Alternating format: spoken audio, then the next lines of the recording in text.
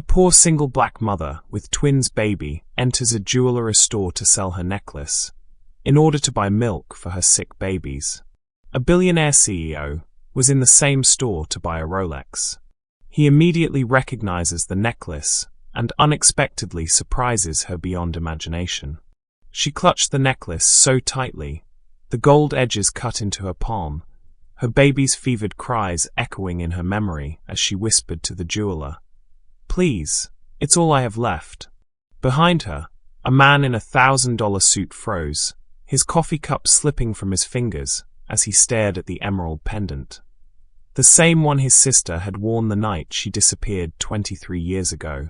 If this story resonates with you, don't forget to hit that subscribe button and drop a comment letting me know where you're watching from.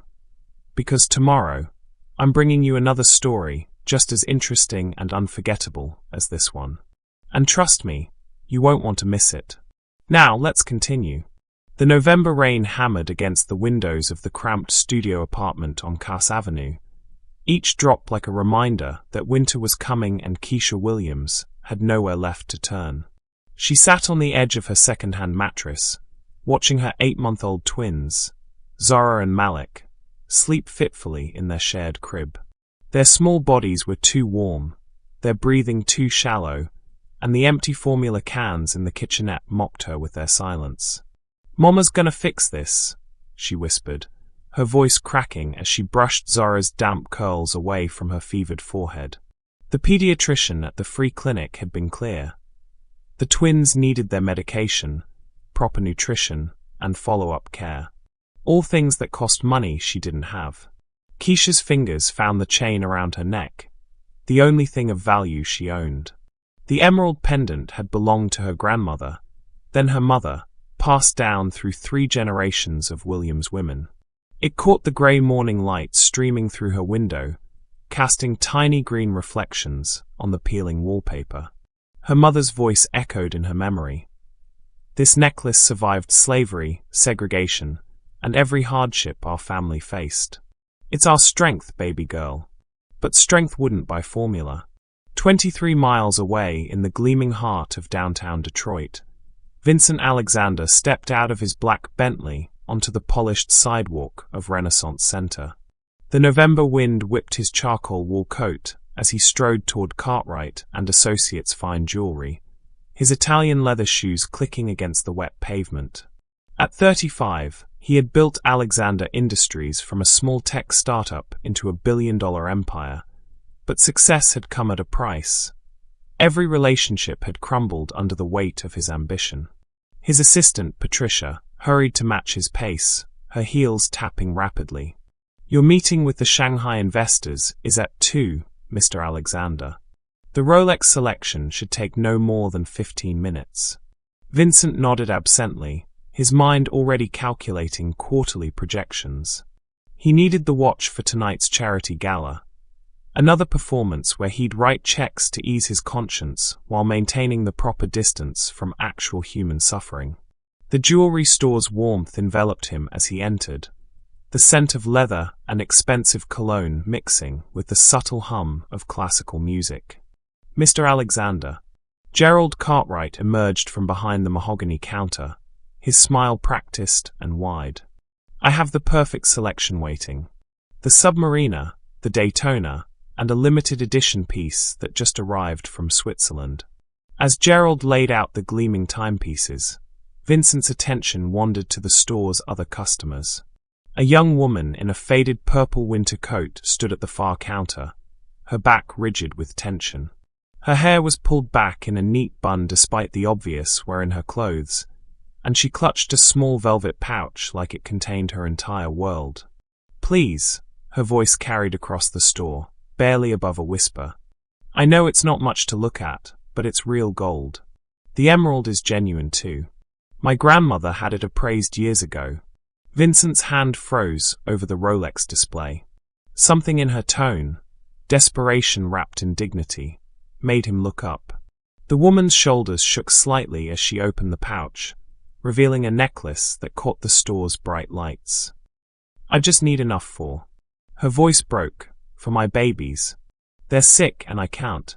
The emerald pendant swayed as she lifted it, and Vincent's world tilted on its axis. The breath left his lungs in a rush. The intricate gold filigree, the way the emerald caught the light, the small chip on the left side of the stone. He knew that necklace. He had memorized every detail 23 years ago, the night his sister Aaliyah had worn it to her high school graduation party. The night she had vanished without a trace. What do you think connected Vincent to this necklace? Share your thoughts in the comments below, and don't forget to subscribe to see how this emotional story unfolds. Gerald's voice seemed to come from underwater as he examined the piece. Well, it's certainly vintage. The craftsmanship is adequate. I could offer you $200. 200. The woman's voice cracked. But it's been in my family for generations. It has to be worth more than. I'm sorry, miss, but sentimental value doesn't translate to market value. Take it or leave it.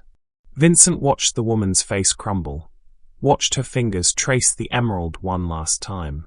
In that moment, he saw something he recognized. The same fierce love that had driven his sister to work double shifts to help pay for his college tuition. The same determination that had made her promise to always be there for him. The coffee cup slipped from his fingers, shattering against the marble floor in an explosion of ceramic and sound that made everyone in the store turn to look. But Vincent only had eyes for the necklace, for the impossible connection between his past and this moment. Wait, he said, his voice rougher than he intended. Don't sell it. Not yet. The shattered coffee cup lay in porcelain fragments across the marble floor, each piece reflecting the store's crystalline lights like fallen stars. Keisha turned at the sound, her eyes meeting those of the tall man in the expensive suit who had spoken. His face had gone ashen, his dark eyes fixed on her necklace with an intensity that made her instinctively step back. "Excuse me," she said, her voice barely steady. Her fingers tightened around the emerald pendant, pulling it closer to her chest. "I'm sorry, but this is between me and... Where did you get that necklace?" Vincent's words cut through the air like glass, sharp and desperate. He moved toward her, his usual composed demeanor completely shattered. Gerald Cartwright looked between them, confusion creasing his weathered features. "Sir, I don't think it's appropriate to," Gerald began, but Vincent's raised hand silenced him. Keisha's heart hammered against her ribs. The man's stare felt like it was burning through her, seeing something she couldn't understand. "It's been in my family," she said, taking another step back until her hip hit the jewelry counter. "My grandmother left it to my mother, and my mother left it to me." "Why? What's it to you?" Vincent's hands trembled as he reached into his wallet, pulling out a worn photograph. The edges were soft with age, the colors slightly faded, but the image was clear.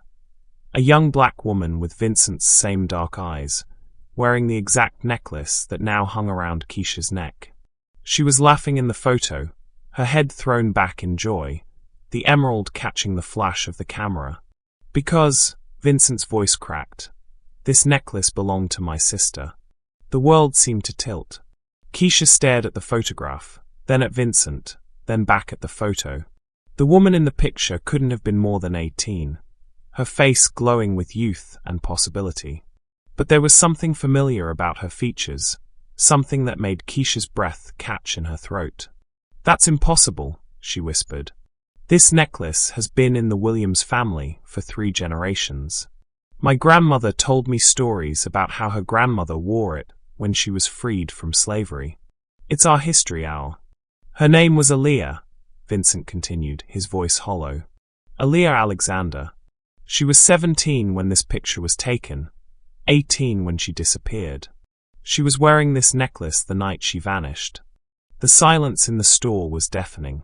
Gerald had stopped pretending to work, his mouth slightly open as he watched the scene unfold.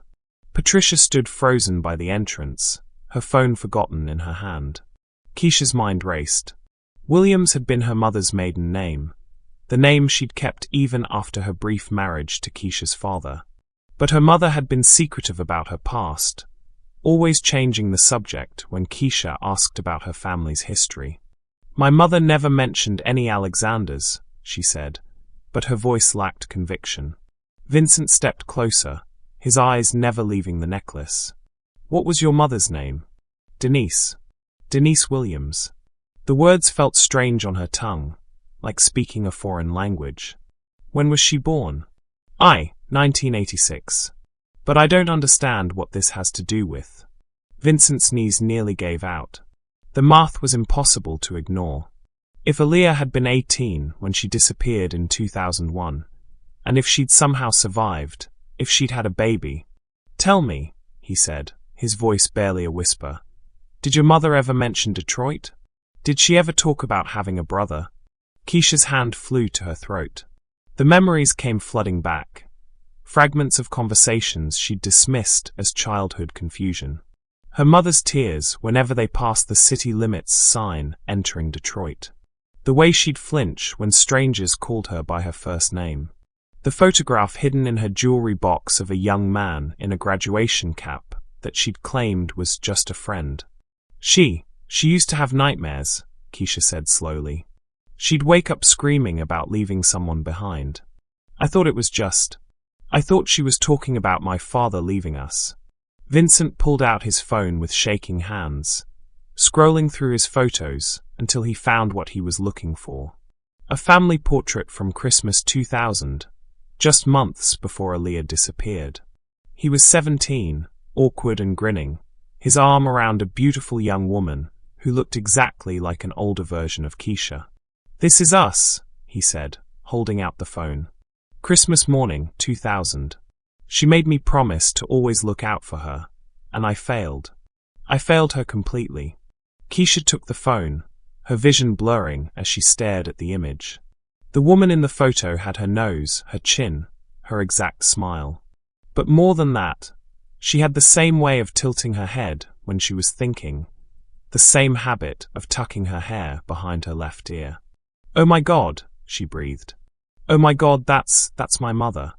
The phone slipped from her fingers, clattering to the floor.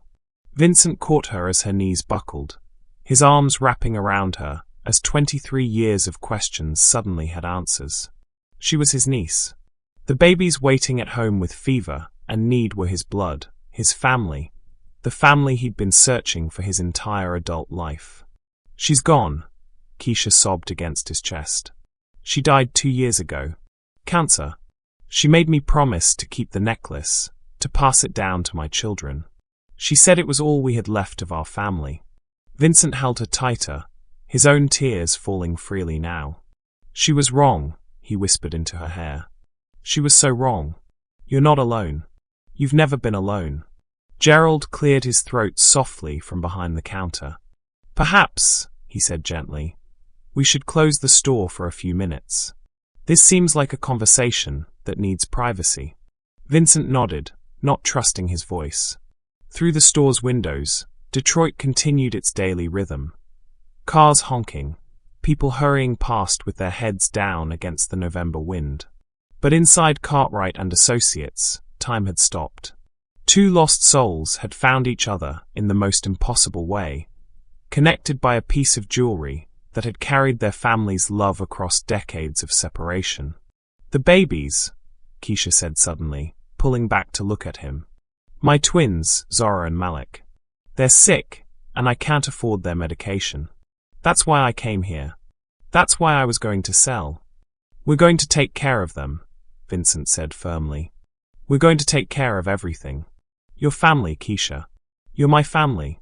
But even as he spoke the words, he saw the doubt creeping into her eyes. The reality of their situation was crashing down around them. He was a billionaire. She was struggling to survive. The necklace had brought them together, but the world they lived in was designed to keep them apart. "I don't need your charity," she said, stepping back from his embrace. "I can take care of my own children." "It's not charity," Vincent said desperately. "It's family. There's a difference." But Keisha was already moving toward the door, clutching the necklace tight against her chest. "I have to go. This is too much.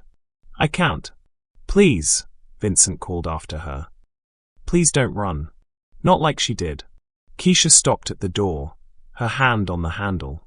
For a moment, Vincent thought she might stay, might give them a chance to figure this out together. But then she shook her head, tears streaming down her face. "I'm sorry," she whispered. "I'm so sorry."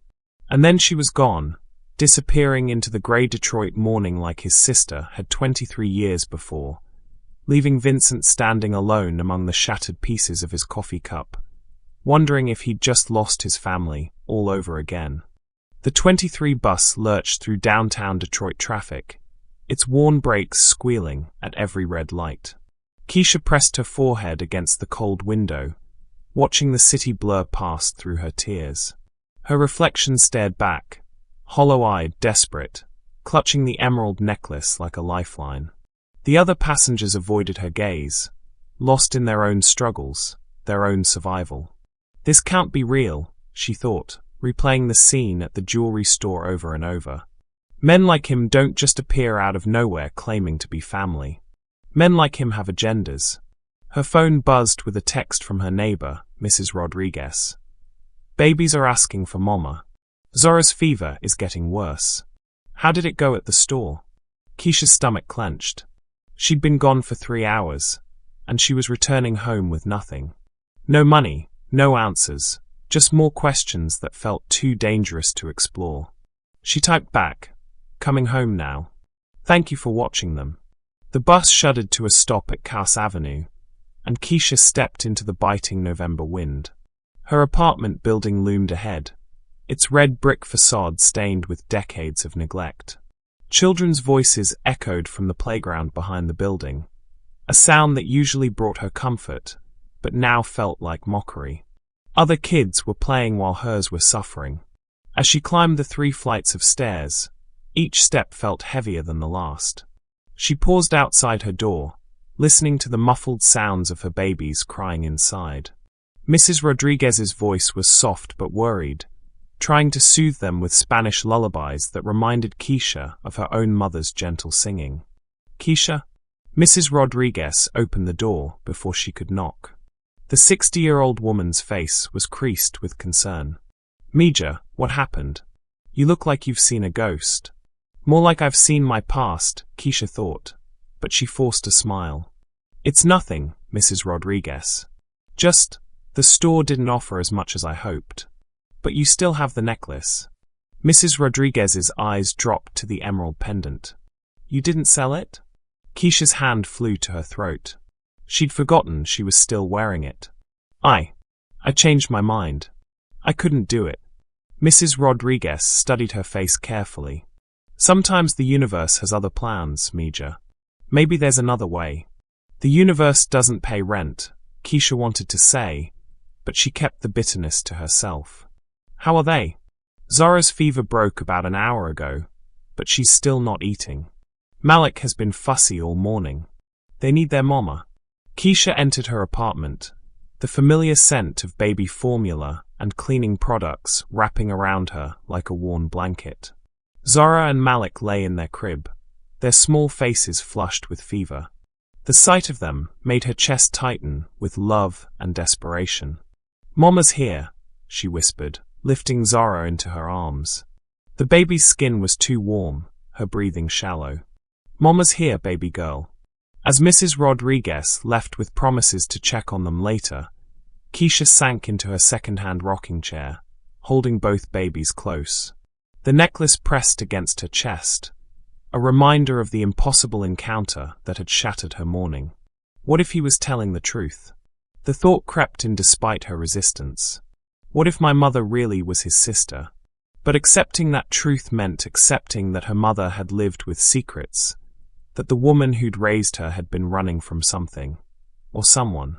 It meant that the family stories she'd grown up with were lies, that the necklace's history was more complicated than she'd ever imagined. Her phone buzzed. An unknown number. "Please don't shut me out. I know this is overwhelming, but we need to talk. Your babies need medical care. Let me help. Vincent." Keisha stared at the message, her finger hovering over the delete button. The fact that he'd somehow gotten her number felt invasive, Another reminder of the power imbalance between them. Men like Vincent Alexander didn't just help. They controlled, they manipulated, they demanded gratitude in return. She deleted the message without responding.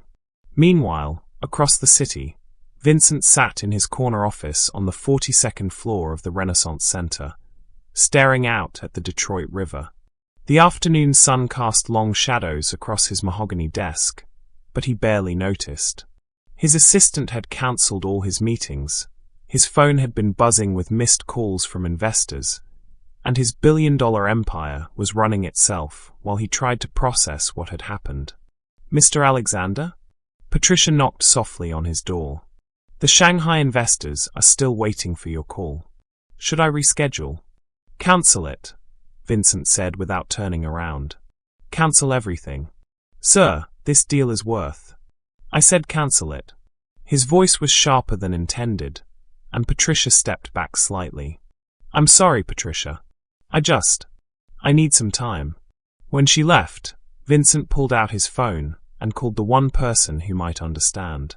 His mentor, Dr. Harold Weber, had been like a father to him after his parents died in a car accident when he was 19. Harold had helped him search for Aaliyah in those early years, had held him when the leads went cold, had encouraged him to build his life even when part of him was still lost. "Vincent." Harold's voice was warm but surprised. "It's been months since you called. How are you holding up?" "Harold, I found her. I found Aaliyah." The silence stretched so long Vincent wondered if the call had dropped. "Vincent," Harold said carefully, "we've been through this before. You can't keep chasing every lead that. She's dead." The words came out harsher than he intended. "She died 2 years ago." "But Harold, she had a daughter." "I have a niece. I have a family." Harold's intake of breath was audible. "Are you certain?" "Vincent, you've been down this road before. Remember the woman in Chicago who claimed to be?" "I'm certain." Vincent's voice was steady now, grounded in truth. "She had the necklace, Harold. Aaliyah's necklace. The one she was wearing the night she disappeared. And she looks exactly like her. The same eyes, the same smile. It's her daughter. Where is she now?" "She ran." Vincent's voice broke slightly. "Just like Aaliyah did. She took one look at me and ran. Can you blame her?" Harold's voice was gentle. "Think about it from her perspective, Vincent. A strange man approaches her, claims to be her uncle, shows her old photographs. If she's been struggling, if she's desperate, she might think it's some kind of scam." Vincent hadn't considered that. In his mind, the truth had been so obvious, so overwhelming, that he'd assumed she'd feel the same recognition he had. But Harold was right. From her perspective, he was just another rich man with an agenda. "She has twins," Vincent said quietly. "Babies. They're sick, and she was trying to sell the necklace to pay for their medication." "Oh, Vincent." Harold's voice was heavy with understanding. "That's why you need to be careful. She's vulnerable, and you're Vincent Alexander. The power dynamic alone could make her suspicious of your motives." "But they're my family," Vincent said desperately. "They're all I have left of her." "Then you need to prove that you're not trying to buy your way into their lives. You need to show her that you care about them as people, not as a connection to your sister." Vincent ended the call feeling more lost than before. He understood Harold's caution, but every instinct in his body screamed at him to act, to fix this, to make sure his newfound family was safe. He'd failed to protect Aaliyah, but he wouldn't fail her daughter. His phone rang. His private investigator, Marcus Chun, whom he'd kept on retainer for years in case any new leads about Aaliyah surfaced. "Vincent, I got your message. You said you found her. Her daughter. I need you to find out everything you can about Keisha Williams." "But Marcus," Vincent's voice turned cold, "I want you to be discreet. If she finds out I'm having her investigated, I'll lose her forever." "Of course. What do you want to know?" "Everything. Her address, her financial situation, her children's medical needs. I want to help her, but I need to know how to do it without scaring her away. As Marcus agreed to get started immediately, Vincent felt a familiar tension in his chest. This was what he did. He gathered information, he strategized, he controlled situations until they bent to his will. But this time felt different. This time, he wasn't trying to win a business deal or acquire a company. He was trying to save the only family he had left. The afternoon sun was fading over Detroit, casting the city in shades of gold and shadow. Somewhere out there, in a small apartment he'd never seen, his niece was holding her sick children and wondering if she'd made a mistake by walking away from him. Vincent pressed his face against the cool window glass, watching the city sprawl out below him. For the first time in 23 years, he had a real lead on his sister's fate. But more than that, he had a chance to honor her memory by taking care of the family she'd left behind. The question was, how could he help them without destroying the fragile possibility of connection they'd discovered? His phone buzzed with a text from Marcus. Found her address. 1247, Cass Avenue, apartment 3B. Vincent, she's in trouble. Real trouble. Vincent's blood ran cold. He was already reaching for his coat. The November evening had settled over Detroit like a heavy blanket, streetlights flickering to life as Vincent's Bentley pulled up to the weather department building on Cass Avenue. The contrast between his gleaming car and the cracked sidewalk felt like a chasm he wasn't sure he could cross. Marcus Chen's report had been brief but devastating. Keisha was 3 months behind on rent. Her utilities were scheduled for disconnection tomorrow, and the twins' medical bills were mounting into the thousands. Vincent sat in the driver's seat, staring up at the third-floor windows.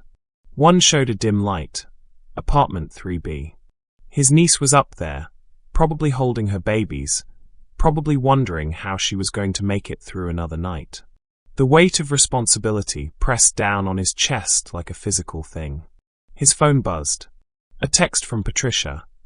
Emergency board meeting moved to 8 a.m. tomorrow. The Shanghai deal is falling apart without your input. Vincent deleted the message without responding. For once in his life, billion-dollar deals seemed insignificant compared to the sick children 3 floors above him. He stepped out of the car, the November wind cutting through his wool coat. The building's front door hung slightly askew on its hinges, and the security intercom system looked like it hadn't worked in years.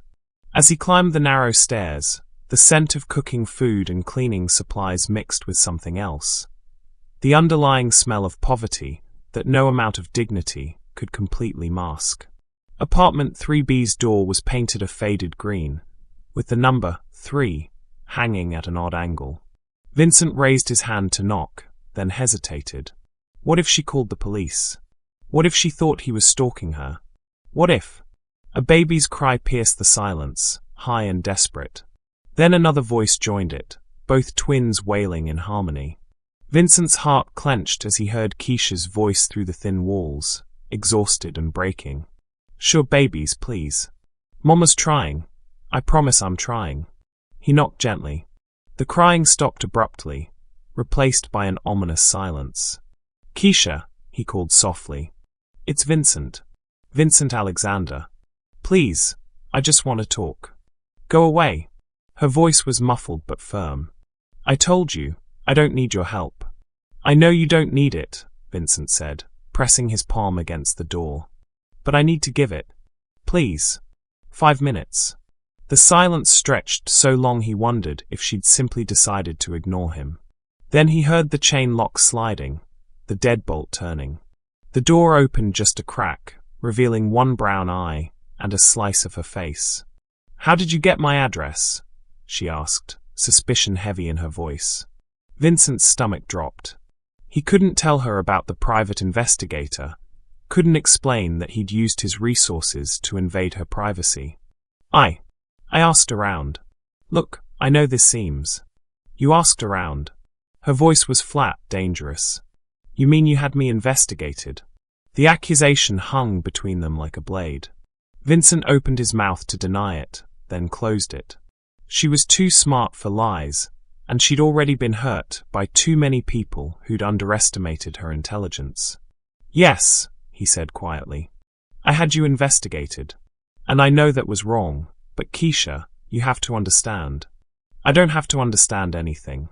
The door started to close. "Wait." Vincent pressed his hand against the door frame. "Please. I know you're 3 months behind on rent. I know your utilities are being shut off tomorrow. I know the twins need medication you can't afford.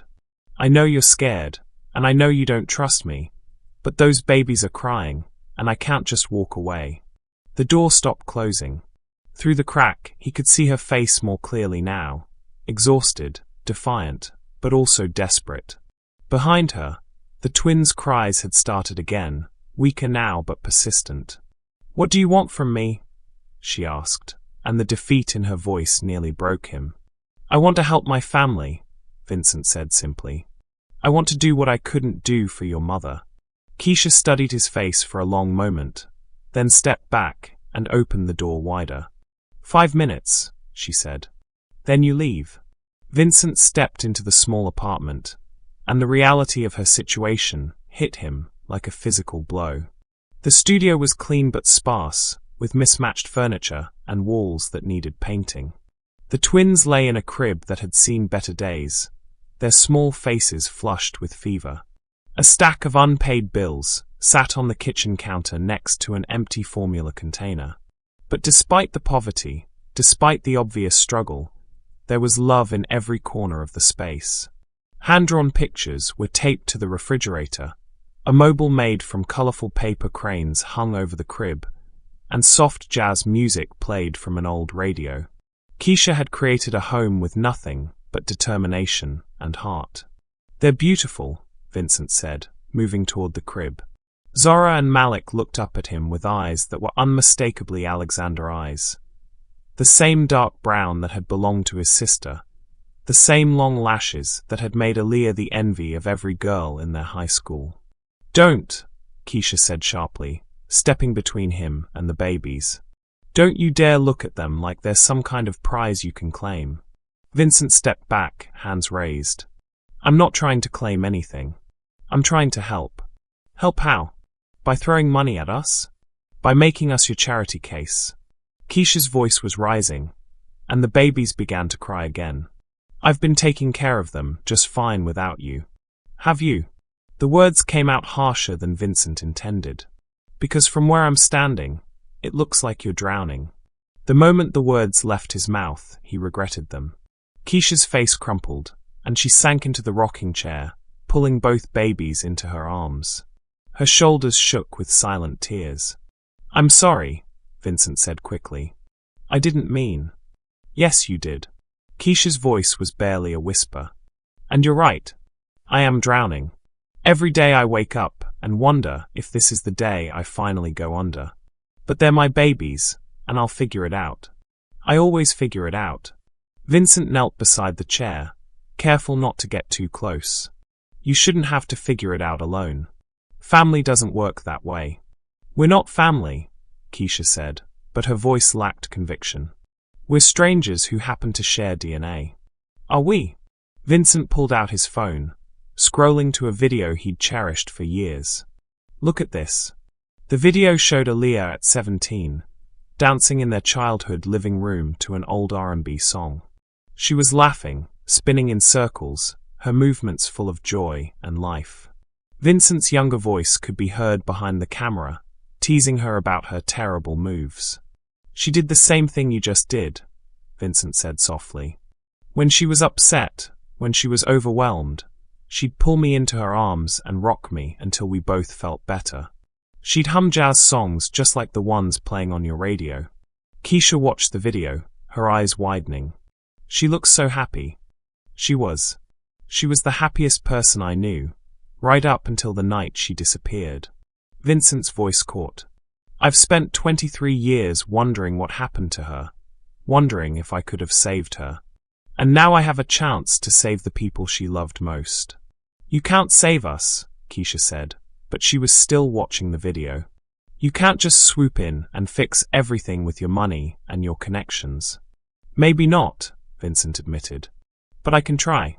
And more than that, I can be here. I can be the uncle those babies deserve. I can be the brother your mother needed.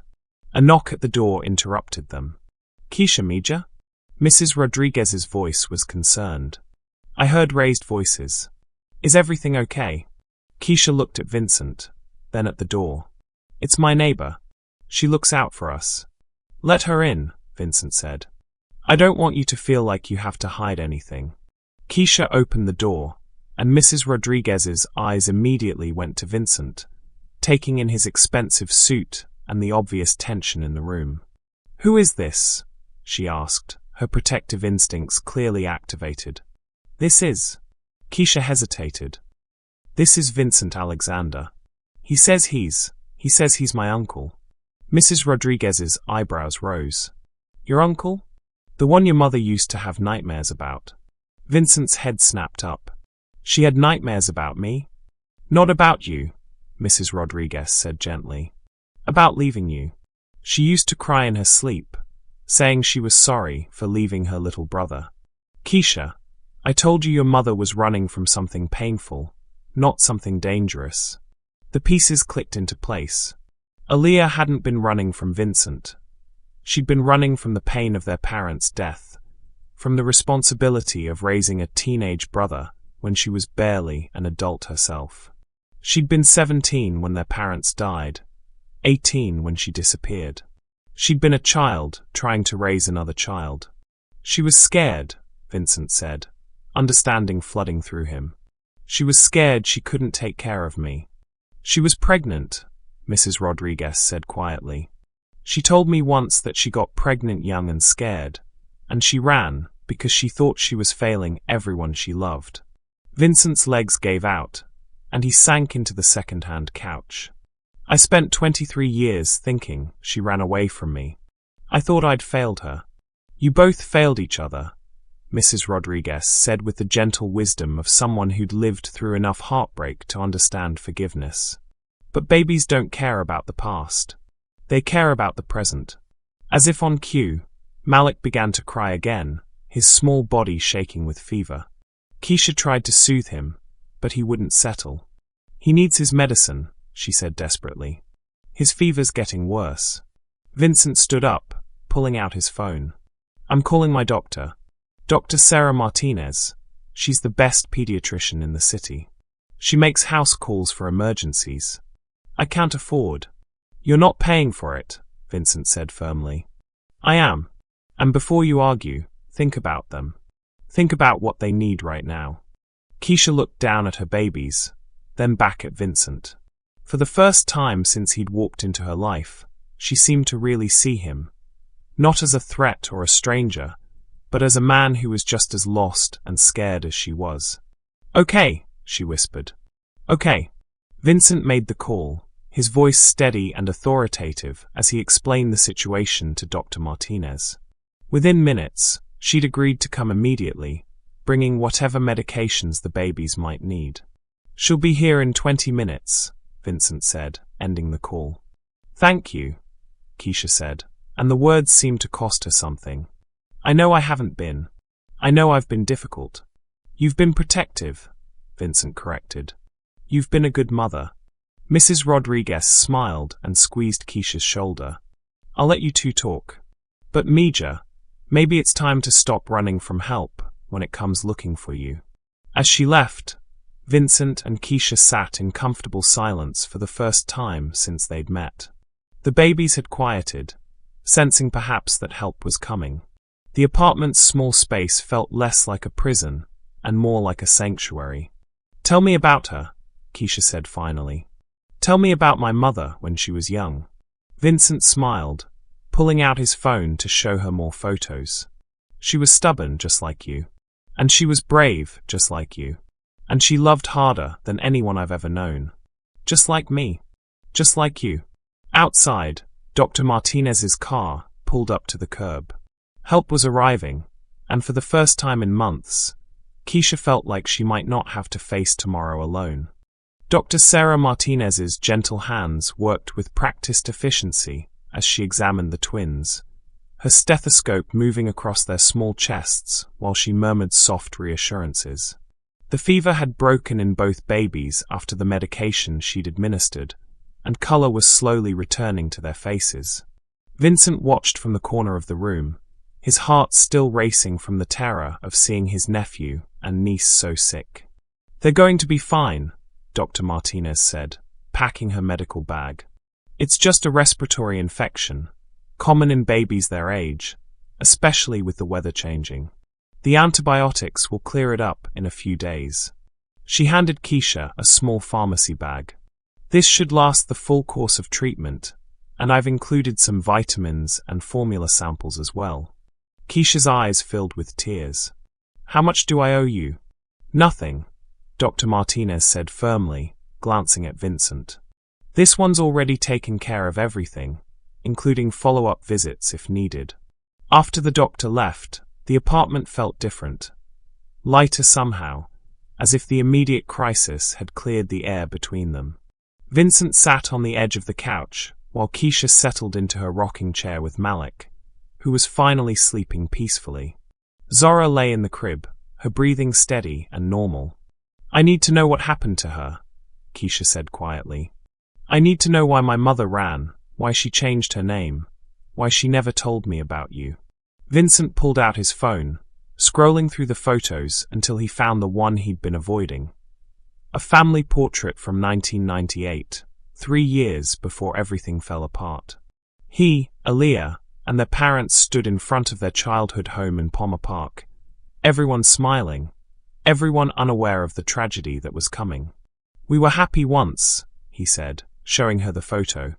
"Our dad, Marcus Alexander, was a mechanic. He owned a small shop on 8 Mile. Our mom, Diana, was a teacher at Cass Technical High School. We weren't rich, but we had everything we needed." Keisha studied the photo, her finger tracing her mother's young face. She looked so carefree. She was the star of the drama club, on a roll every semester, had a full scholarship to Wayne State University. She was going to be a teacher like Mom. Vincent's voice caught. And then everything changed in one night. February 15th, 2001. The memory hit him like a physical blow, as vivid as if it had happened yesterday. He was 17, sitting in his bedroom working on calculus homework when the phone rang. The sound had been normal at first, just another evening call. But then he'd heard his mother's scream, a sound so raw and primal that it had frozen his blood. "Car accident," Vincent said, his voice barely above a whisper. A drunk driver ran a red light on Woodward Avenue. Mom and Dad were coming home from their anniversary dinner. They died instantly. Keisha's hand flew to her mouth. "Oh God. Vincent, I'm so sorry. Aaliyah was 18, I was 17. Social services wanted to separate us, put me in foster care. But Aaliyah fought them. She dropped out of college, got 2 jobs, became my legal guardian. She gave up everything for me." Vincent pulled up another photo, this one from later that year, showing Aaliyah in a fast food uniform, exhaustion etched in every line of her face. But her arm was around Vincent's shoulders, and she was smiling. She worked at McDonald's during the day and cleaned offices at night. She'd come home at midnight, help me with homework, make sure I ate breakfast, get me to school. She was just a kid herself, but she was raising me like I was her own son. "She loved you," Keisha said, tears streaming down her face. "I can see it in her eyes. I know she did, but I was angry all the time. I was grieving, and I was 17, and I blamed her for everything. I blamed her for Mom and Dad's death, for having to move to a smaller apartment, for the fact that my friend's parents looked at us with pity." Vincent's voice cracked. "I was so cruel to her, Keisha. I said terrible things." The memories flooded back. Every harsh word, every slammed door, every time he'd thrown her sacrifices back in her face. The night he'd screamed that he hated her, that he wished she'd died instead of their parents. The way her face had crumpled, the way she'd whispered, "I'm sorry," before locking herself in her room. "What happened the night she disappeared?" Keisha asked gently. Vincent stood up, pacing to the window. The November night was clear, stars barely visible through the city's glow. It was May 23rd, 2001. My graduation day. She'd been working double shifts for weeks to afford a nice dinner to celebrate. She was so proud, kept telling everyone her little brother was going to college. He turned back to Keisha, his face raw with old pain. But I was dating this girl, Jessica, whose parents had money. They'd invited me to their graduation party, and I wanted to go. I wanted to feel normal, to be around people who didn't look at me like I was a charity case. You were 17, Keisha said softly. You were allowed to want normal things. I told Aaliyah I wasn't coming to dinner. I said I had better things to do than sit around feeling sorry for myself with her. Vincent's voice broke. She begged me to stay. She said she'd made reservations at this nice restaurant downtown, that she'd been saving for months. And I told her I was tired of her trying to replace our parents. I told her she was just my sister, not my mother, and I didn't need her anymore. The silence in the apartment was deafening. Malik stirred in Keisha's arms, and she adjusted him gently, her eyes never leaving Vincent's face. She just stood there in the doorway, watching me get ready for the party. She was wearing this yellow dress, the prettiest thing she owned, and the necklace. She always wore that necklace on special occasions. And she said, "I love you, baby brother. I hope you have fun tonight." Vincent pulled out his wallet, removing a small piece of paper worn soft with age. She left me this note. Keisha read it aloud, her voice trembling. V. I'm sorry I wasn't enough. I'm sorry I couldn't be what you needed. Take care of yourself. Love always, A. I found it on my pillow when I got home from the party at 3 a.m. Her clothes were gone, her jewelry, everything. Like she'd never existed. Vincent sank back onto the couch. I called the police, but they said she was 18. She had a right to leave. I hired private investigators over the years, but there was never any trace. It was like she'd vanished into thin air. She came here, Keisha said, understanding dawning in her eyes. She came to Detroit and started over. But why Detroit? Why here? Keisha got up, walking to a small wooden box on her dresser. Inside were her mother's few personal belongings, some jewelry, old photos, and a bundle of letters tied with a ribbon. She pulled out a faded program from a church. New Hope Baptist Church, she said, showing him the program. Mom went here every Sunday when I was little. Pastor Williams, that's where she got the last name. He was like a father to her. He died when I was 12, but before he passed, he told me that my mother had come to him broken and scared, and that he'd helped her build a new life. Vincent took the program, studying the address. This is only 10 minutes from where we grew up. She was so close all those years. She was hiding, Keisha said. But not from you. From the pain. From the guilt she felt about leaving you. Mrs. Rodriguez had been right. Denise Williams had nightmares about leaving her little brother, not about him finding her. She'd been running from her own perceived failure, not from Vincent's anger. She met my father at the church, Keisha continued. Jerome Williams, he was Pastor Williams' nephew. They dated for about a year, got married when I was born. But it didn't last. He left when I was 2. So she was alone again, Vincent said. But she had me. And she had her faith. She worked as a teacher's aide, took night classes to get her degree. She never remarried, never even dated seriously. She said she had everything she needed with me and her church family. Keisha pulled out another photo. This one showing an older Denise in a graduation cap and gown, holding a teaching certificate. She finally became a teacher, just like she'd always wanted. She taught 3rd grade at Marcus Garvey Elementary. Her students loved her. She achieved her dream, Vincent said, pride mixing with grief in his voice. She did. But she was never truly happy. There was always this sadness in her eyes, especially around holidays. She'd look at me sometimes like she was seeing someone else, like she was remembering something painful. She was seeing me, Vincent realized. She was wondering if I was okay, if I'd made it to college, if I was happy. She kept newspaper clippings, Keisha said, pulling out a manila envelope. I found these after she died. She'd been following your career for years. Vincent opened the envelope with shaking hands.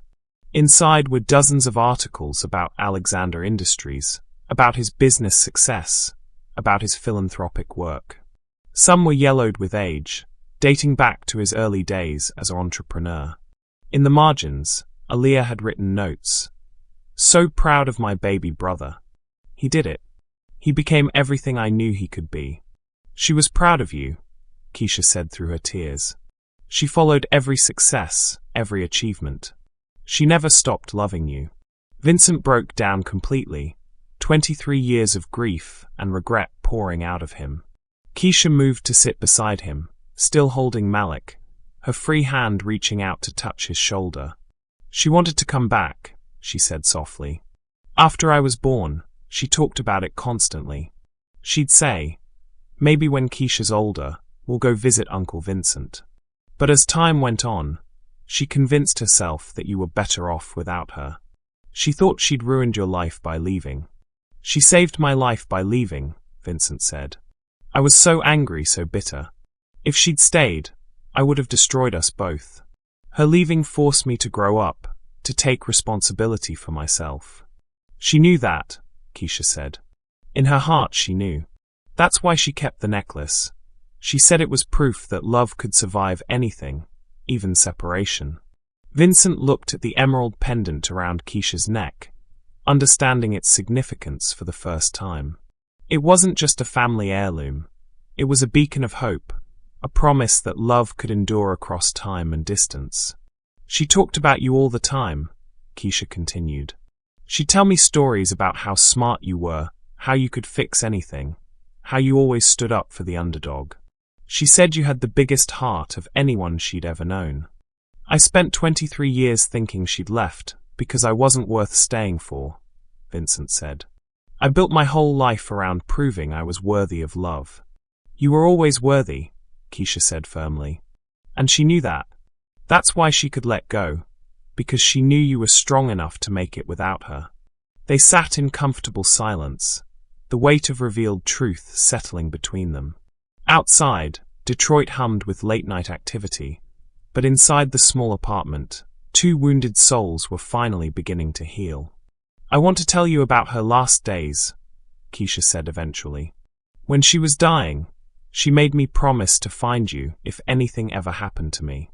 She said the necklace would lead me to family when I needed it most.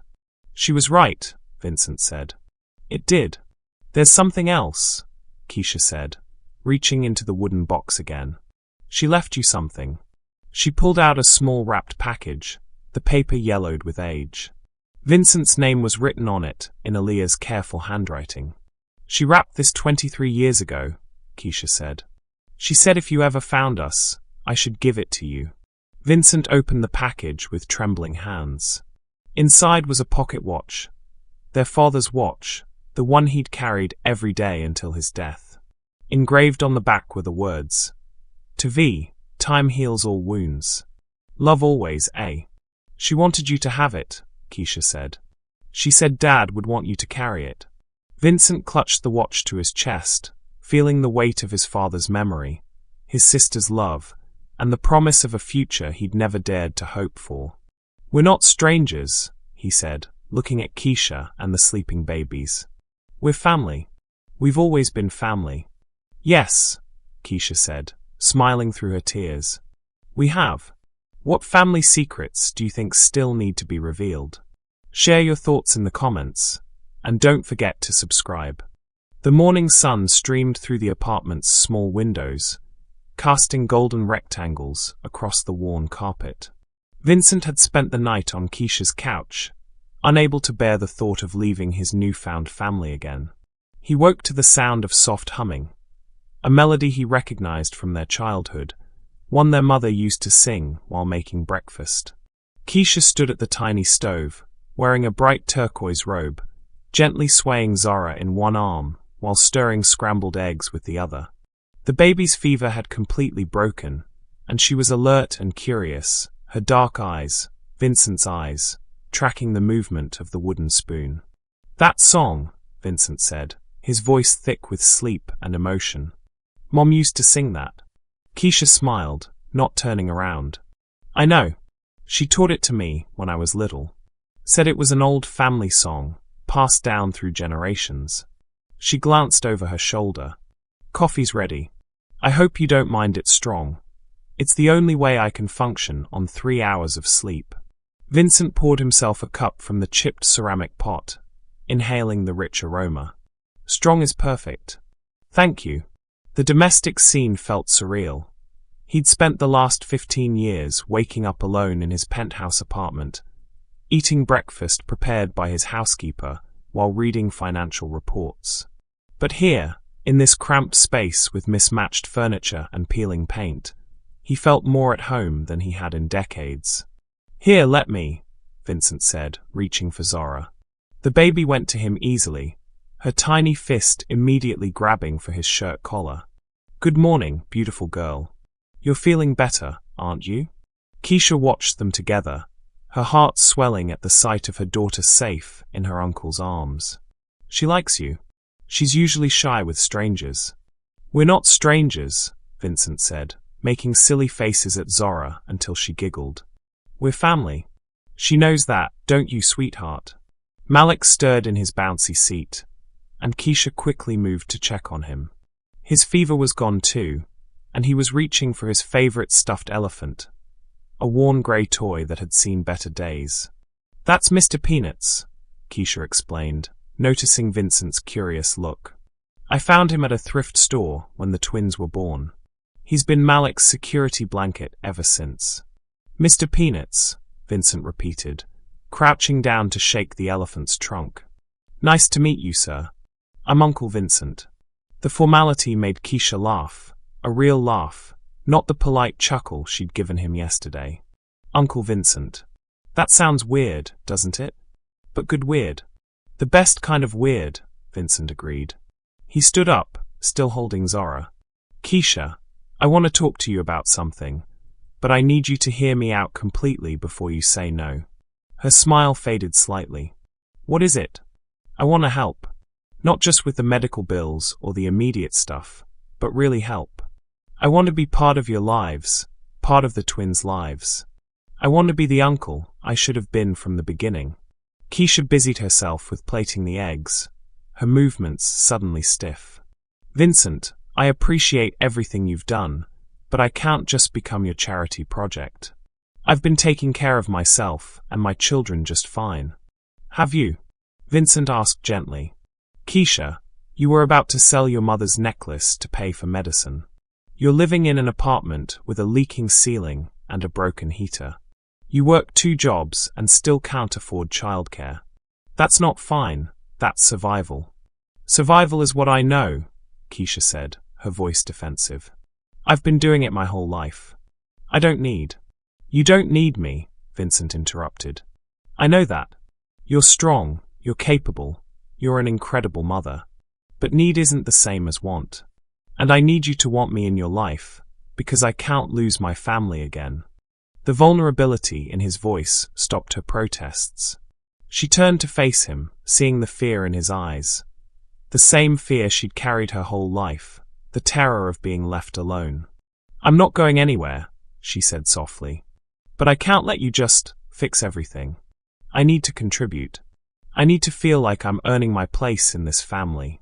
Vincent shifted Zora to his other arm, thinking, what if we were partners? What if you let me help with the big things, better housing, childcare, the twins' college funds, and you help me with something I can't do alone? Like what? Like learning how to be a family again. Like teaching me how to be an uncle. Like helping me understand what Aaliyah would have wanted for all of us.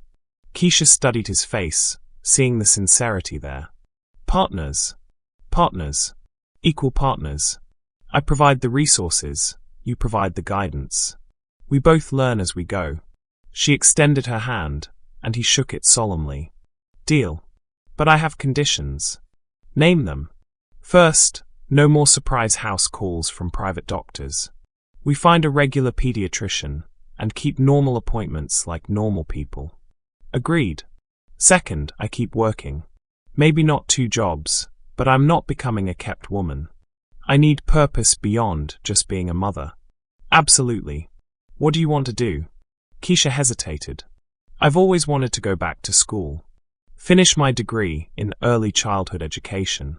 Maybe teach like my mother did. Wayne State has an excellent education program, Vincent said. I should know. I'm on the board of trustees. Of course you are, Keisha laughed, shaking her head. Third condition. No using your influence to get me special treatment. I earn my grades like everyone else. Deal. Though I reserve the right to brag about my brilliant niece to anyone who'll listen. I can live with that. Keisha paused, then added, one more thing. I want to visit their graves. My mother and your parents. I want to take the twins to meet their grandparents. Vincent's eyes filled with tears. I'd like that too. I haven't been to the cemetery in years. I was too ashamed to face them. We'll go together, Keisha said. As a family. The word hung between them, warm and full of possibility.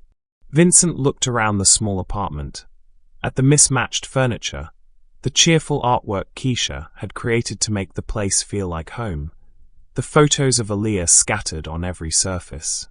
It wasn't much, but it was theirs. I have an idea, he said suddenly. What if we don't rush into anything?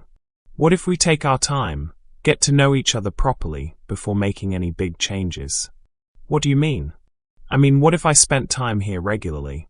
Helped with the twins, learned your routines, became part of your daily life gradually? And maybe you and the babies could visit my place sometimes, see how the other half lives. Keisha considered this. Like a trial run? Exactly. We figure out how to blend our worlds without losing what makes each of them special. I like that, Keisha said. Gradual. Natural. As if on cue, Malik started fussing, and Vincent automatically moved to comfort him while Keisha finished breakfast. The choreography was awkward at first. They bumped into each other in the tiny kitchen, had to negotiate who held which baby when, but gradually they found their rhythm. He's hungry, Keisha said, preparing a bottle. How can you tell? Vincent asked, watching Malik's increasingly urgent cries. The cry is different. Hunger sounds more demanding, like he's offended by the delay. When he's tired, it's more whimpery. When he's uncomfortable, it's sharp and quick. Vincent listened carefully, memorizing the differences. And Zora? She's quieter about everything. She'll fuss for a few minutes, then give up and just look pathetic until someone notices her. She's manipulative that way. Smart girl, Vincent said, kissing the top of Zora's head. She gets that from her mother. And her grandmother, Keisha added. Mom was the queen of the guilt trip. She could make you feel terrible about something you didn't even do. I remember, Vincent laughed. She used to give me this look when I tracked mud through the house. Never said a word, just looked at me until I went back and cleaned it up. She did the same thing to me. I thought it was a special mom power. It was. The Alexander women have always been strong. They spent the morning sharing stories. Vincent telling Keisha about their childhood adventures, Keisha sharing memories of her mother's wisdom and humor. With each story, the gaps between past and present began to close. Tell me about your life now, Keisha said as they sat on the couch, each holding a baby. What's it like being a billionaire? Do you have a massive house? A yacht? A private jet? I have a penthouse apartment downtown, a house in the Hamptons, and yes, a private jet. But they're all empty. I work 16-hour days, attend charity events where I don't know anyone's name, and go home to silence. Vincent looked down at Zora, who was trying to grab his nose. I built an empire, but I forgot to build a life. Is that why you never got married? Never had kids? Vincent was quiet for a long moment. I was afraid. Afraid that if I loved someone, they'd leave like everyone else had. It was easier to stay alone than to risk the pain again. But you weren't alone, Keisha said gently. You had people who cared about you. Employees. Business associates. People who needed things from me. But not family. Not real connection. You have that now, Keisha said. We're here, and we're not going anywhere. Vincent looked at her. This brave, beautiful woman who'd survived so much and still had room in her heart for kindness. I want to tell you something, and I need you to believe me when I say it. Okay. Yesterday, when I saw you in that jewelry store, when I realized who you were, it was like I could breathe again for the first time in 23 years. You saved me, Keisha. You, and these babies brought me back to life. Keisha's eyes filled with tears. We saved each other. Yeah, Vincent said, his voice thick with emotion. We did. They sat in comfortable silence, watching the twins play with their fingers and make soft baby sounds. The November sun climbed higher, warming the small apartment and casting everything in a golden glow. Vincent, Keisha said eventually. Yeah. Thank you for not giving up on finding us. Thank you for being the man my mother always said you were. Thank you for being exactly like her, Vincent replied. For being strong and stubborn and full of love. She would be so happy right now, Keisha said. She would love seeing us all together. She is seeing us, Vincent said firmly. Somewhere. She's watching and smiling, and probably telling our parents that her plan worked perfectly. Her plan? The necklace. She knew it would bring us together when the time was right. She knew you'd need family, and she knew I'd need purpose. She orchestrated this whole thing from beyond the grave. Keisha laughed, touching the emerald pendant at her throat. That sounds like something she'd do. Always thinking 3 steps ahead. She was the smartest person I ever knew, Vincent said. And she raised an incredible daughter. We're going to be okay, Keisha said. Not a question, but a statement of fact. Better than okay, Vincent agreed. We're going to be a family. What do you think will be the biggest challenge for Vincent and Keisha as they build their new family bond? Share your thoughts in the comments below, and make sure to subscribe to see how this heartwarming story continues. As the afternoon wore on, they fell into an easy routine. Vincent learning how to change diapers and prepare bottles, Keisha teaching him the twins' schedules and preferences. For the first time in either of their lives, they weren't facing the world alone. They were home. 2 days had passed since Vincent and Keisha's heart-to-heart conversation, and their newfound rhythm felt natural, almost effortless. Vincent had taken the week off from his corporate responsibilities, something that had sent shockwaves through the boardroom of Alexander Holdings. For the first time in 15 years, Vincent Alexander was unreachable during business hours. He'd spent Thursday evening at Keisha's apartment, learning to give the twins their baths and reading them bedtime stories from worn picture books.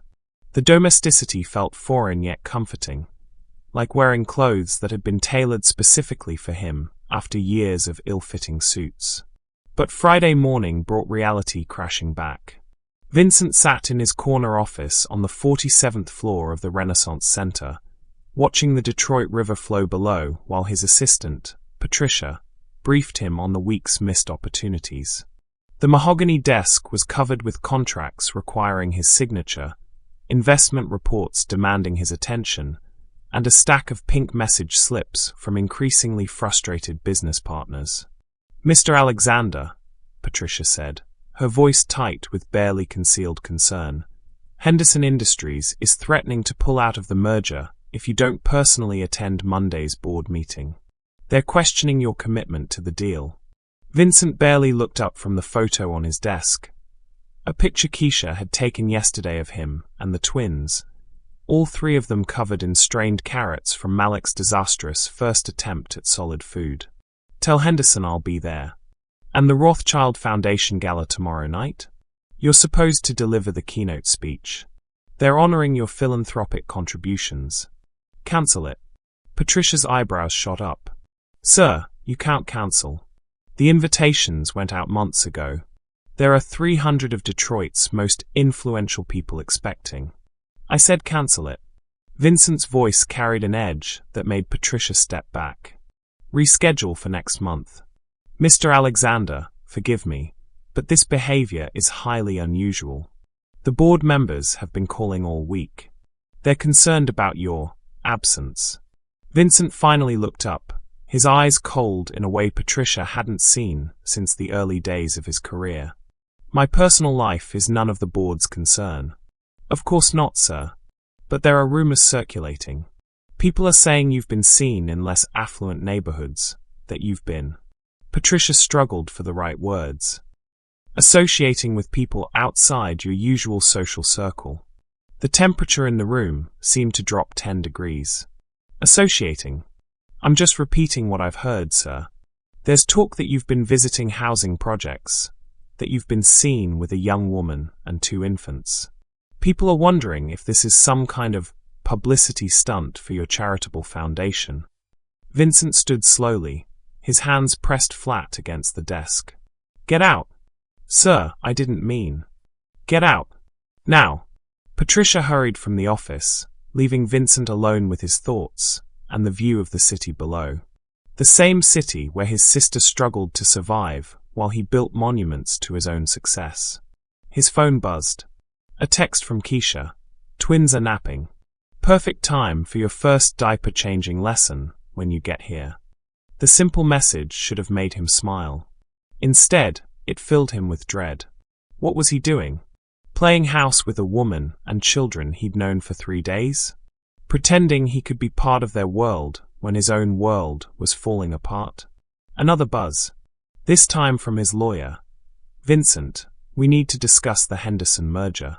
Board meeting moved to 4 p.m. today. Your presence is mandatory. Vincent stared at both messages, feeling the familiar weight of responsibility settling on his shoulders. He'd built Alexander Holdings from nothing, turned it into $1 billion empire. Hundreds of employees depended on him. Stockholders trusted him with their investments. He couldn't just walk away from that for a fantasy of family life. Could he? His phone rang. The caller ID showed Keisha's number. Hey, he answered, trying to keep his voice light. Vincent? Are you okay? You sound weird. I'm fine. Just dealing with some work stuff. Oh, there was a pause. I was calling because Zora said her first word today. Well, it sounded like mama, but it might have been BABA. Either way, I thought you'd want to know. That's great, Keisha. You sure you're okay? You sound distant. Vincent closed his eyes, pressing his fingers to his temples. I'm having a difficult day at the office. Maybe I should skip coming over tonight. The silence on the other end stretched long enough that Vincent wondered if the call had dropped. Keisha, I'm here. Her voice was careful, controlled. Of course. I understand. Work is important. It's not that. No, really. I get it. You have responsibilities. We'll be fine. Keisha, please don't. I should go. The twins are waking up. Thanks for calling. She hung up before he could respond. Vincent stared at his phone, knowing he'd just made a terrible mistake, but unable to figure out how to fix it. The walls of his office suddenly felt like a prison, but stepping outside them felt like stepping into chaos. Keisha set her phone down with trembling hands. She'd heard that tone before. The careful distance of someone pulling away, the polite coolness that preceded abandonment. She'd been foolish to believe this fairy tale could last. Mama? Zora babbled from her bouncy seat, reaching chubby arms toward Keisha. Hey, baby girl, Keisha said, forcing a smile as she picked up her daughter. It's just us again, isn't it? Like always. But even as she said it, she knew it wasn't true. For 48 hours, they'd been a family.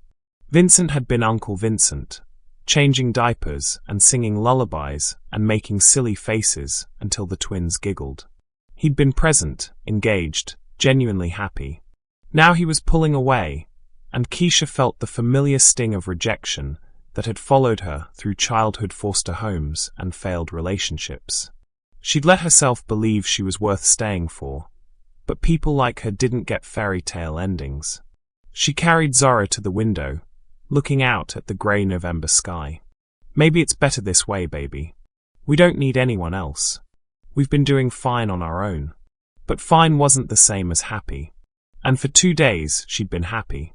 Her phone buzzed with a text from Vincent. "I'm sorry. Can we talk?" Keisha stared at the message, her finger hovering over the reply button.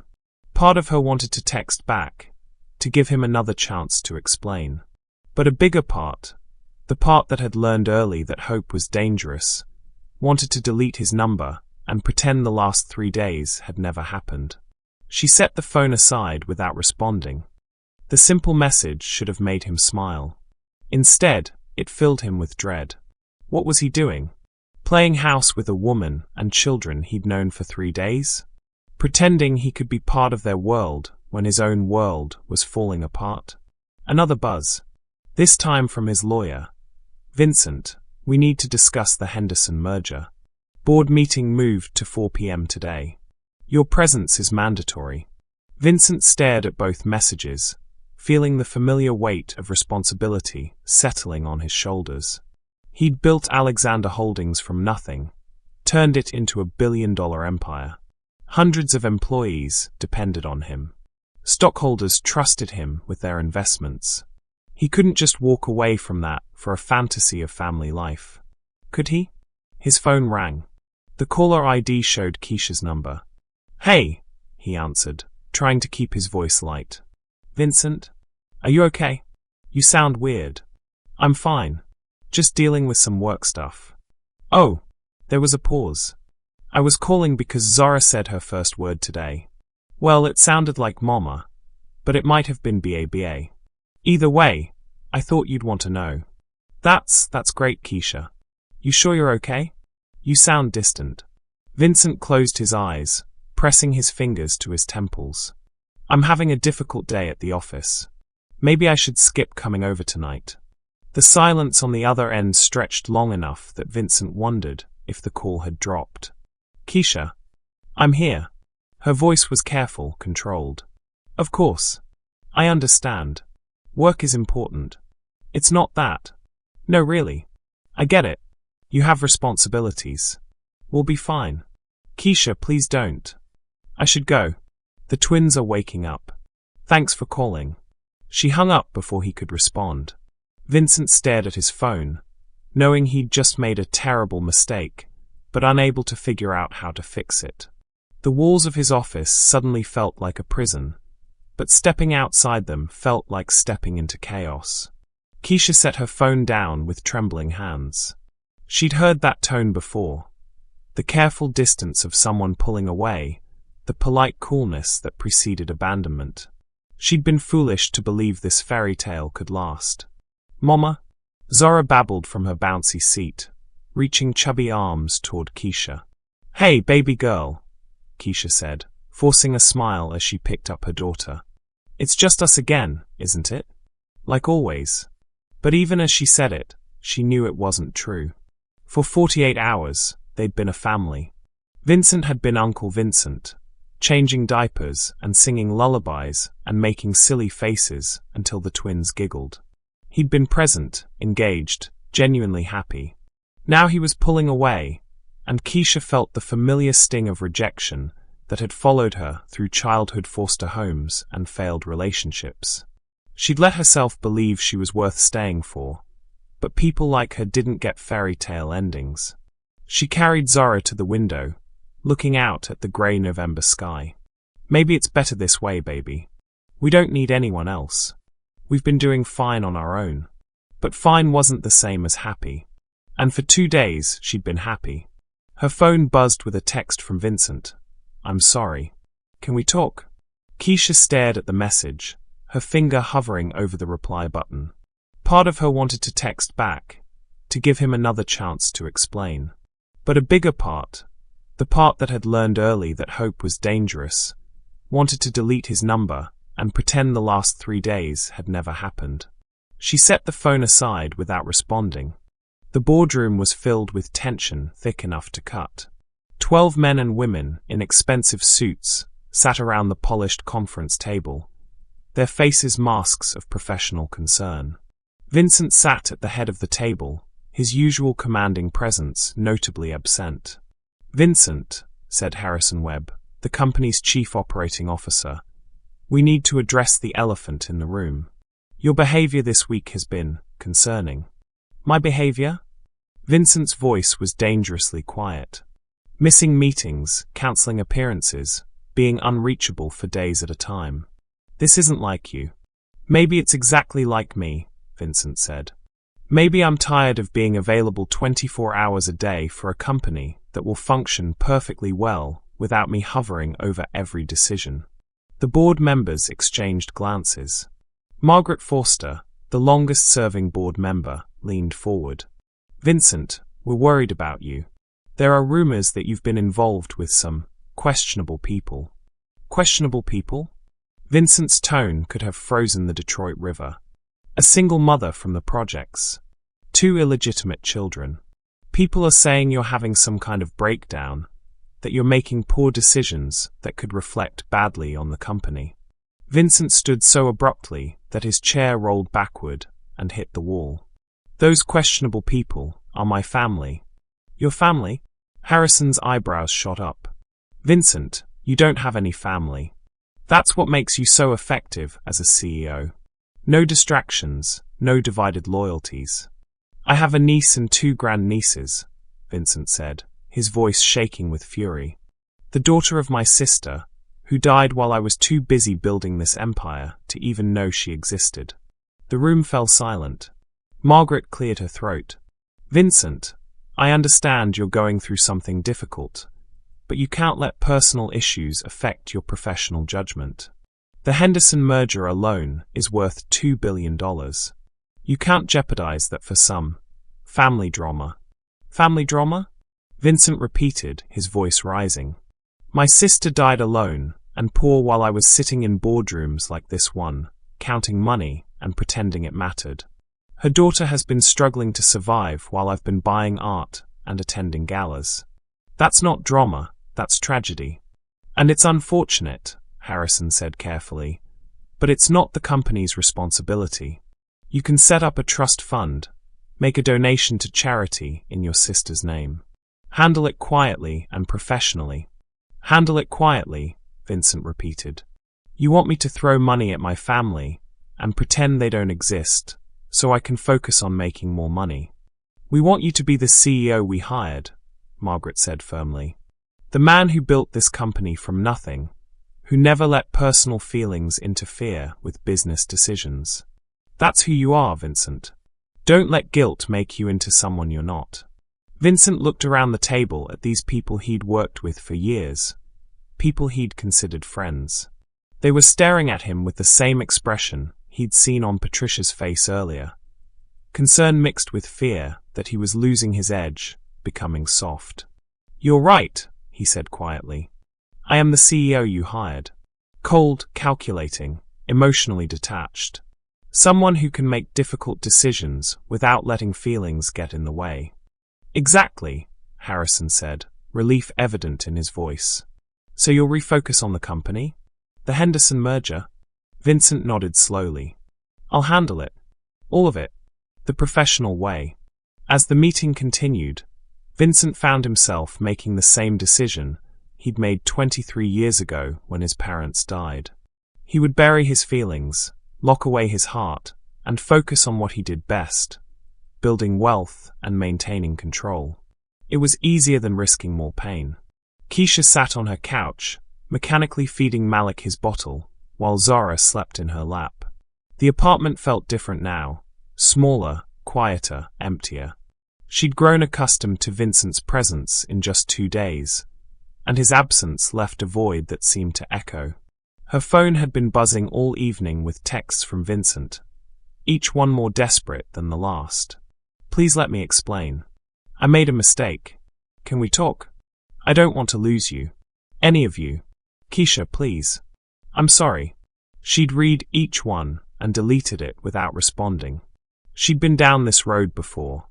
Men who were interested until reality set in, who made promises they couldn't keep when faced with the actual responsibility of caring for someone else. At least Vincent had been honest about it. He'd pulled away before she could get too attached, before the twins could get used to having an uncle who might disappear without warning. A soft knock at the door interrupted her thoughts. She knew it was Vincent before she even looked through the peephole. He stood in the hallway, still wearing his expensive suit but looking disheveled, his usually perfect hair mussed as if he'd been running his hands through it. "Keisha, please," he said through the door. "I know you're in there. I can see the light under the door." She didn't respond.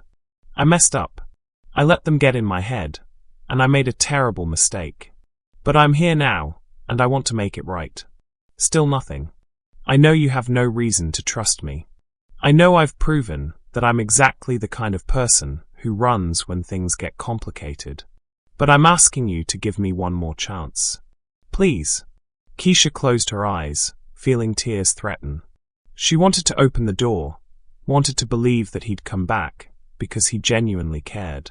But trust, once broken, was almost impossible to rebuild. "I brought something," Vincent said, his voice muffled by the door. "Something I want to show you." Despite herself, Keisha's curiosity was piqued. She adjusted the twins in her arms and moved to the door, pressing her ear against it. "I'm going to leave it here," Vincent said. "If you don't want to see me, I understand. But please, look at what I brought. It might help you understand why I reacted the way I did."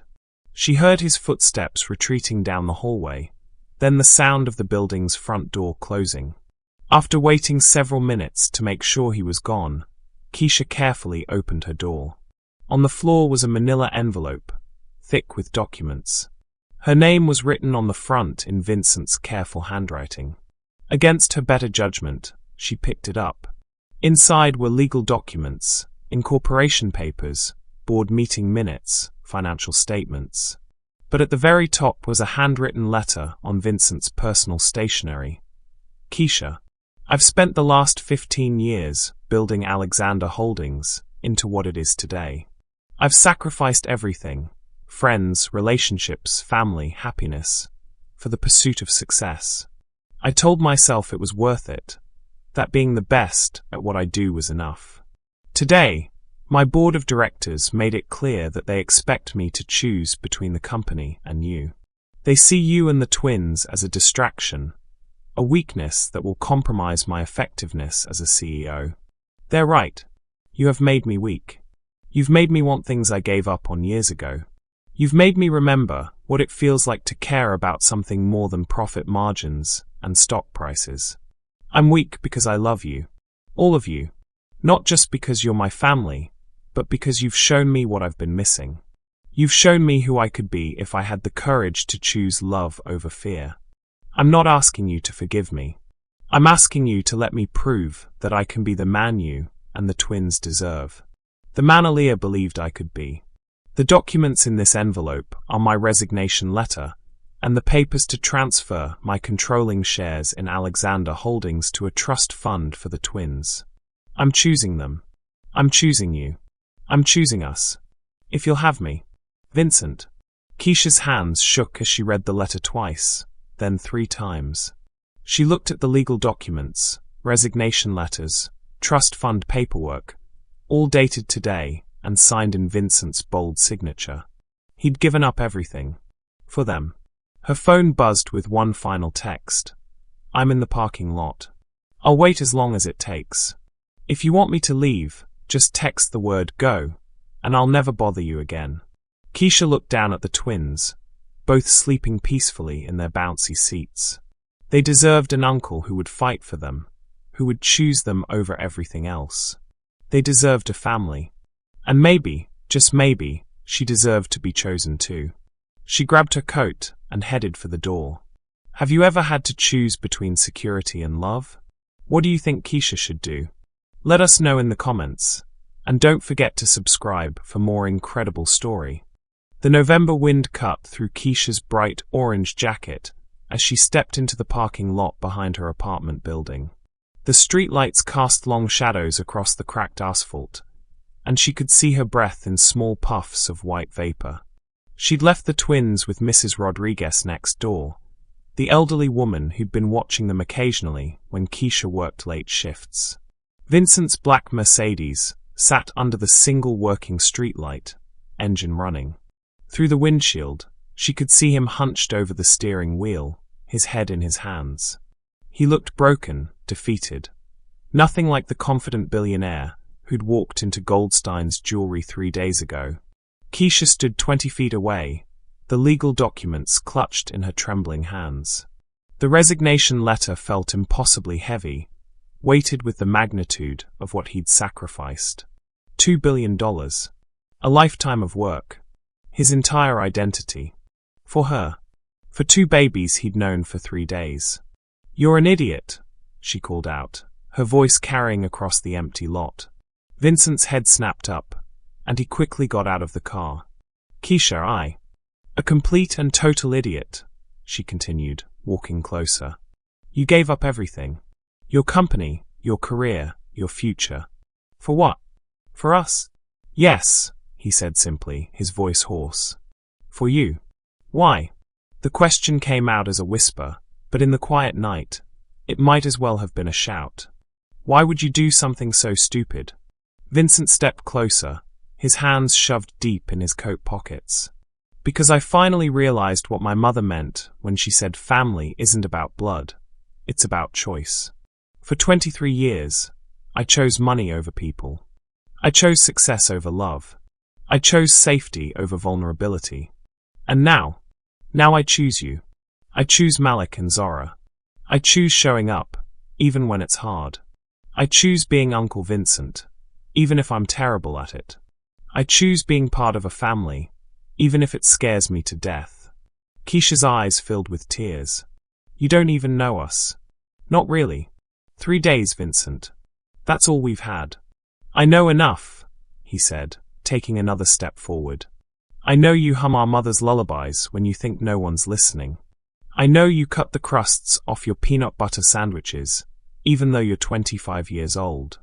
I know you talk to Aaliyah's picture every morning before you start your day. You've been watching me. I've been learning you. Learning what it means to have a family again." Vincent's voice broke slightly. "I know Malik laughs when you make funny faces during diaper changes.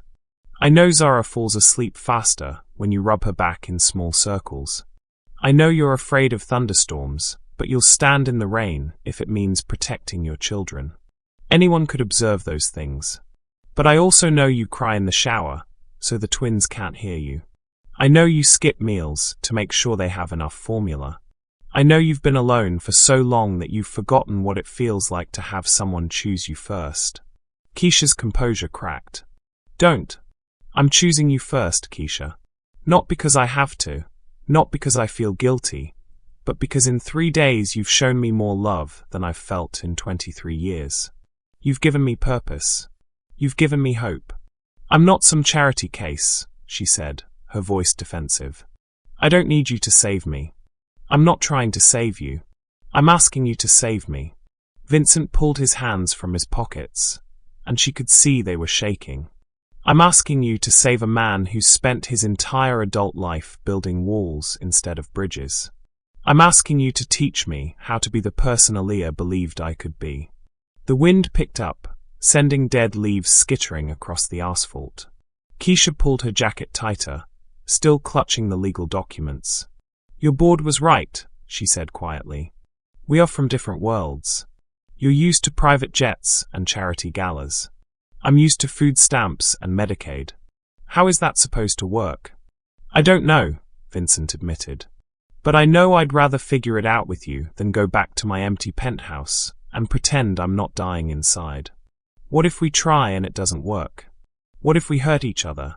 What if we hurt the twins?"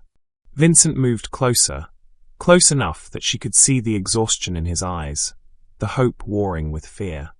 "Then we'll have tried. We'll have chosen love over fear, connection over isolation. Isn't that better than spending the rest of our lives wondering what if?"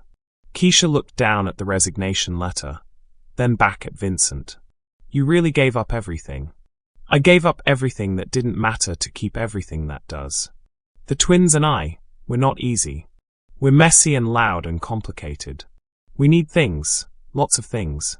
Medical care and childcare, and a better apartment, and I need you," Vincent interrupted. "I need to hear Malik's laugh when he sees me walk in the door. I need to feel Zara's tiny hand wrapped around my finger. I need to watch you be an amazing mother and learn how to be a decent uncle. I need to visit Aaliyah's grave with you and tell her that her plan worked. Her plan? The necklace. She knew it would bring us together when we needed each other most. She knew I'd be lost without family, and she knew you'd need family to help you build the life you deserved. Keisha touched the emerald pendant at her throat, feeling its familiar weight. She always was too smart for her own good. She was brilliant, and she raised someone just like her. They stood in silence for a moment, the weight of the decision hanging between them. Keisha could feel the pull of old patterns, the instinct to protect herself by pushing him away. But she could also feel something stronger, the desperate longing for connection, for someone to choose her and her children not despite their complications, but because of them. "I'm scared," she whispered. "Me too," Vincent said. "I'm terrified that I'll mess this up, that I'll let you down, that I'll prove I'm not worthy of this gift you're giving me." "What gift?" "The chance to be part of something bigger than myself. The chance to matter to someone. The chance to be loved." Keisha looked at this man who'd given up billions of dollars for the possibility of belonging to her small, chaotic family. He wasn't perfect. He was awkward with the twins, clueless about real-world struggles, and probably going to make 1,000 mistakes as he learned how to be Uncle Vincent. But he was here. He was choosing them. And maybe, just maybe, that was enough to build something beautiful on. "Okay," she said, so quietly he almost didn't hear her. Okay, let's try. Let's figure it out together.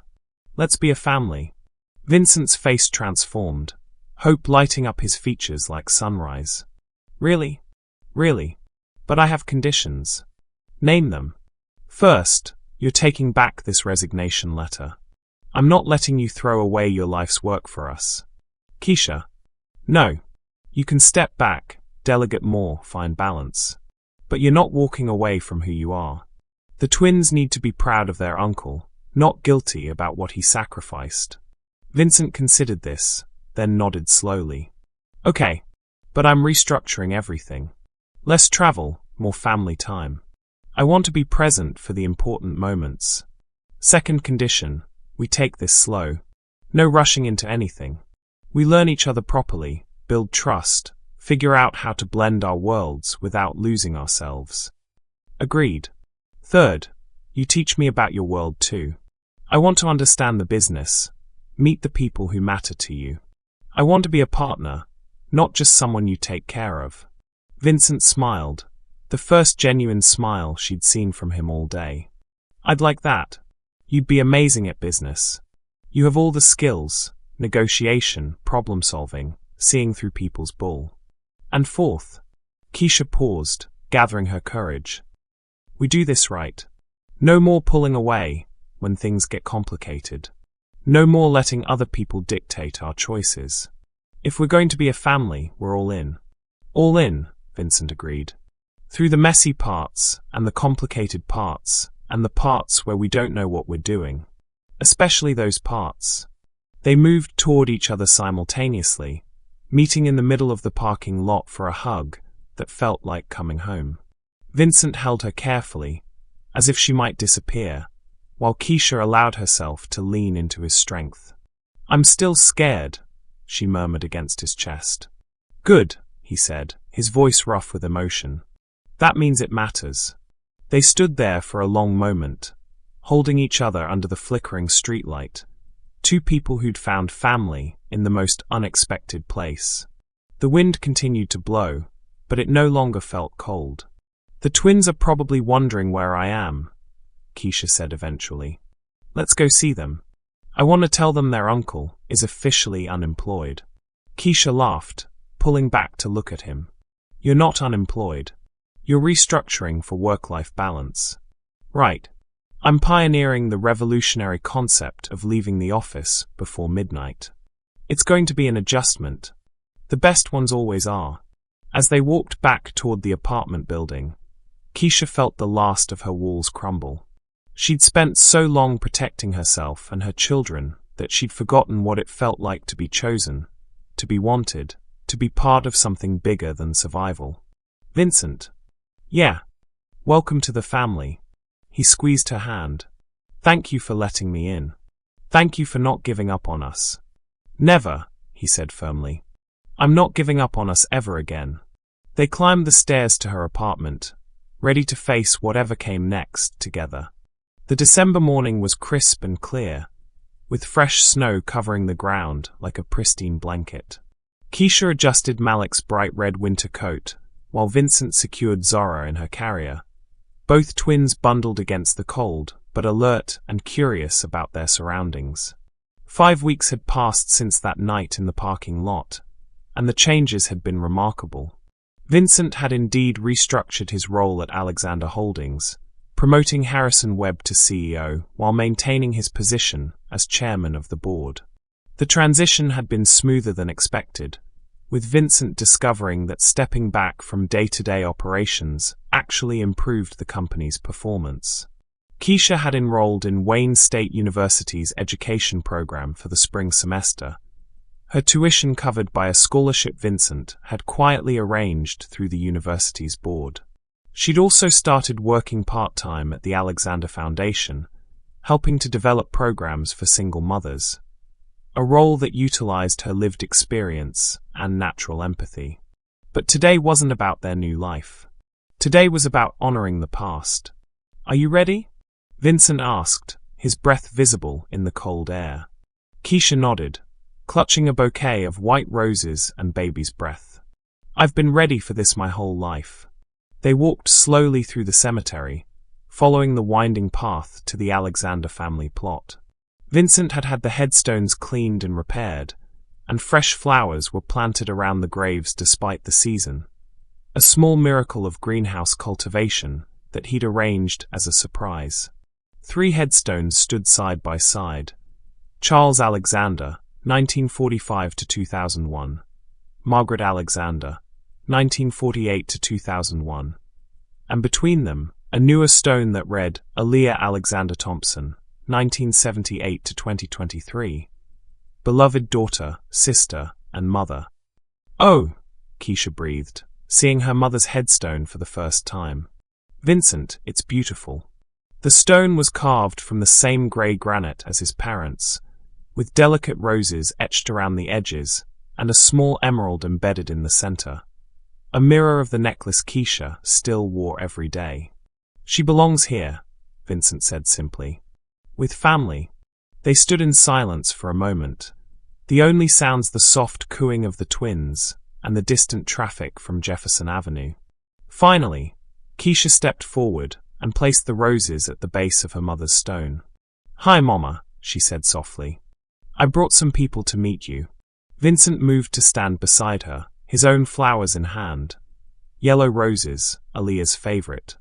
Hey, sister. I'm sorry it took me so long to find you. She's not mad, Keisha said, touching the emerald necklace. She knew you'd come when the time was right. When we needed each other most, Vincent agreed. He knelt down, placing his roses next to Keisha's. I brought your grandchildren. They're perfect, just like you always said they would be. Malik chose that moment to let out a happy squeal, his mittened hands reaching for the snowflakes drifting down from the grey sky. Zora, not to be outdone, began babbling in the baby language she'd been developing, her voice carrying clearly in the still air. They're trying to say hello, Keisha laughed, wiping away tears. They know they're with family. Vincent stood and moved to his parents' graves, his expression growing solemn. Mom, Dad, I want you to meet Keisha.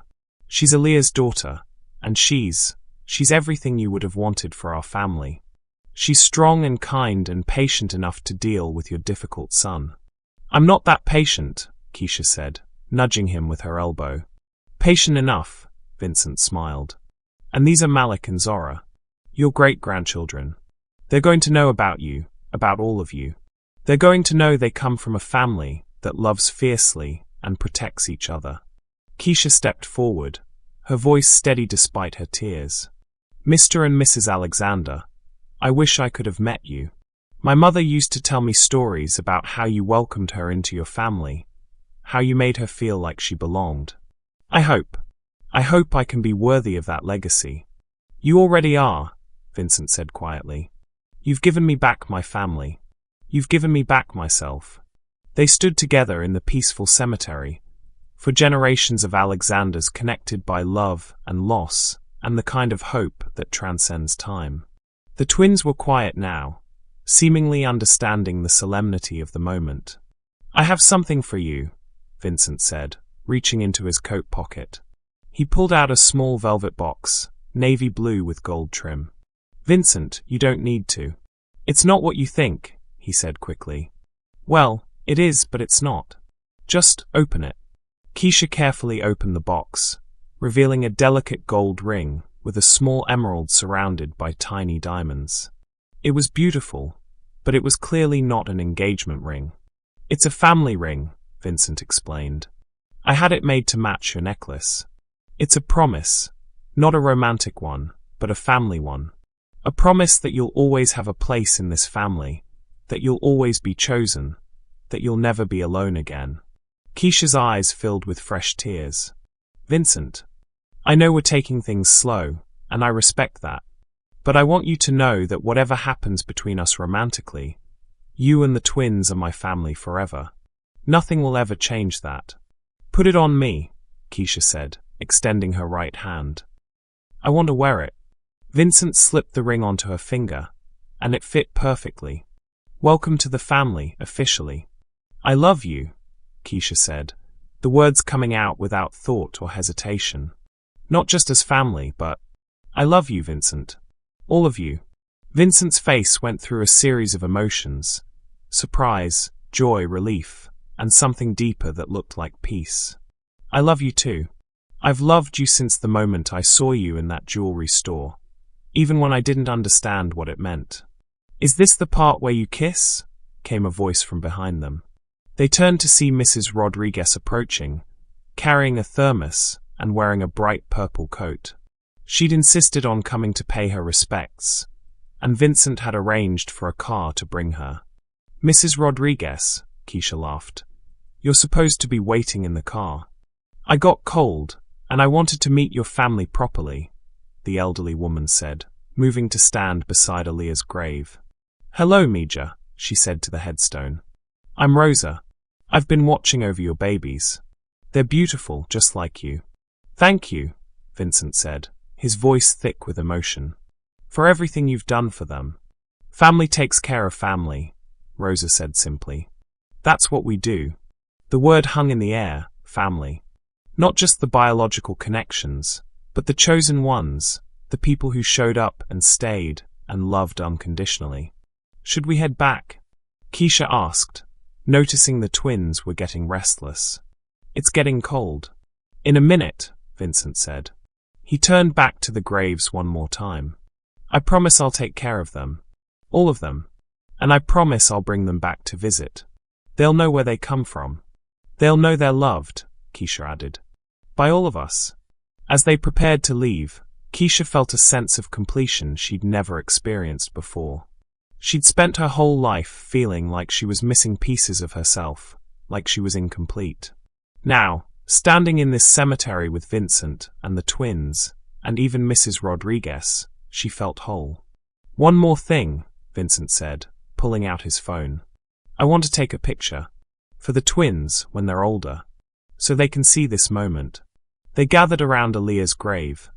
Vincent holding Malik, Keisha holding Zora, Mrs. Rodriguez standing beside them like the surrogate grandmother she'd become. The snow continued to fall gently, creating a backdrop that looked almost magical. Say family, Vincent said, setting the phone's timer. Family, they said in unison, and the camera captured them. Imperfect, complicated, and completely beautiful. 1 year later, the penthouse had been transformed from a sterile bachelor pad into a warm family home. Toys were scattered across the living room floor.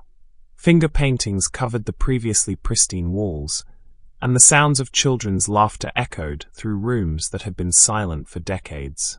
Vincent sat on the floor in his pajamas, helping 18-month-old Malik build a tower of blocks while Zora, now walking confidently, toddled around in her bright pink Christmas dress.